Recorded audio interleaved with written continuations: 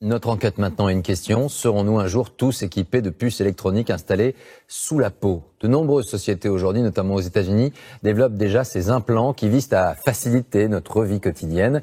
Mais pour quelle utilisation réellement et quels en sont les risques? On voit tout cela avec Yoann Rolla, Marine Zambrono et Antoine Placier. Regardez. Franchir les portes d'une entreprise d'un simple geste de la main, sans badge d'accès.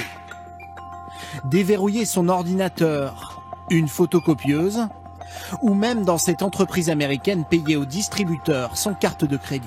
Je scanne, je choisis le paiement par carte, je mets la main, comme un téléphone, et c'est payé. Derrière ce geste, une technologie semblable à celle du paiement sans contact. Et une puce électronique, comme celle-ci, logée sous la peau entre le pouce et l'index. Dans le monde entier, plusieurs entreprises proposent déjà à leurs employés ces drôles d'implants, pas plus gros que des grains de riz. Dans cette PME belge, ils permettent aux salariés volontaires d'échanger des informations en une fraction de seconde. Je vous donne ma carte de visite. Alors serons-nous un jour tous équipés de puces comme celle-ci? Et quels sont les risques? En France, ce tatoueur a déjà implanté plus d'une centaine de ces micro-puces à l'aide de cette petite seringue stérile. Et donc quand on est ici, on va implanter à l'intérieur vraiment de la peau, sous la peau. Une fois qu'on sera là, on va décharger la puce justement pour qu'elle arrive à l'endroit qu'on a choisi. Dans la vie quotidienne, ça gênera pas, même sur des mouvements de pouce, même en fermant le poing, toute cette partie-là est vraiment très très stable et c'est assez petit de toute façon pour que ce soit pas gênant. Selon lui, aucun risque pour notre santé car ces puces n'émettent aucune onde. Mais comment fonctionne-t-elle? Cette jeune femme, implantée depuis 2 ans, a accepté de nous faire une petite démonstration. Sa puce peut mémoriser une centaine de caractères. Par exemple, bonjour France 2. Un message que son téléphone, ça a écrit sur la puce, peut ensuite reconnaître. Bonjour France 2. Ah, ça a marché. La satisfaction n'est pas toujours au rendez-vous, car même à quelques millimètres, mais pour l'instant, il ne lit rien du tout. La technologie n'est pas infaillible. La puce n'est pas toujours détectée.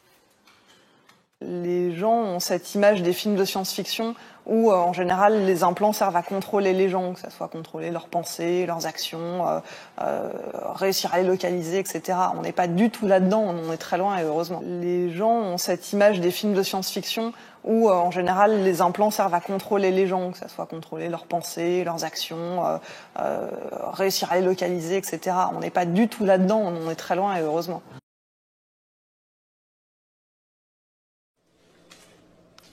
Hundreds of people in the valley say they are hearing voices in their heads. And those voices are being transmitted by microwave or other methods. Well, several viewers asked us to investigate what they call electronic harassment. KMIR6's Angela Monroe joins us now with what she's discovered. Angela. Electronic harassment, synthetic telepathy, voice-to-skull technology. Chances are you haven't heard of these terms. But after searching the internet, I found dozens of websites dedicated to the phenomenon and several Valley residents who say they're victims.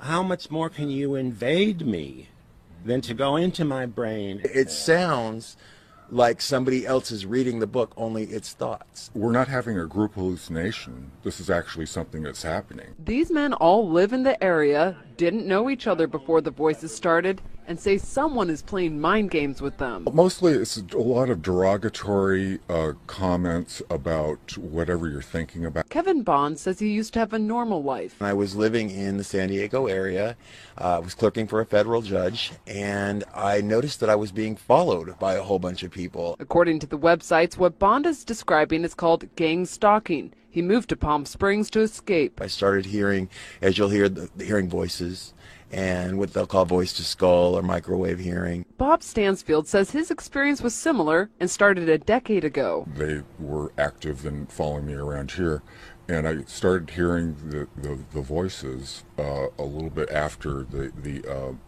vehicular stalking. Randall Ringer says the voices started when he was undergoing chemotherapy. The first thing that was said was, Randall Ringer. And I sat up straight and I went to into the bathroom and I looked in the mirror. Looked myself in the eyes and I said, did that really happen? Bond says he's found more than 300 victims locally and is tracking others across the state through billboards.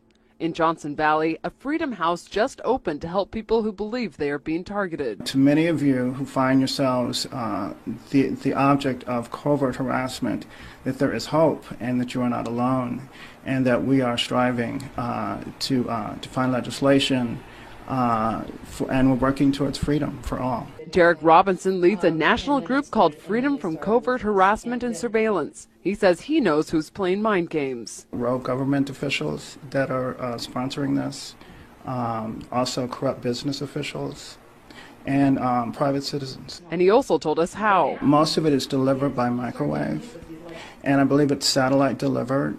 Bond says neurotransmitter chips that run off body electricity have been inserted into some people. And they assign cell phone numbers to them. The cell phone numbers are then run through a computer, and a computer translates your thoughts. This crime has been available to the military for 60 years.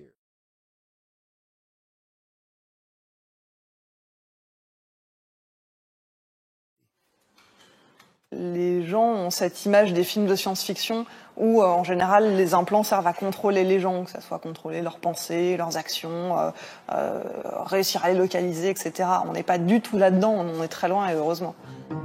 Difficile d'imaginer de telles puces remplacer du jour au lendemain nos documents d'identité, nos cartes de transport. Et pour ce spécialiste, ces implants présentent aussi d'importantes failles de sécurité. Le risque, il y en a, on peut dire il y en a deux, c'est que la personne puisse être éventuellement tracée, puisqu'il y a un identifiant. Et le deuxième risque, c'est qu'est-ce que l'on va faire de cet identifiant. Donc si par exemple c'est pour ouvrir une porte, un attaquant pourrait copier cet identifiant en scannant la puce de la personne et ensuite rejouer cet identifiant devant la porte. Pour l'heure, ces implants intéressent surtout les fans d'informatique et de nouvelles technologies. Quelques milliers d'utilisateurs à peine à travers le monde.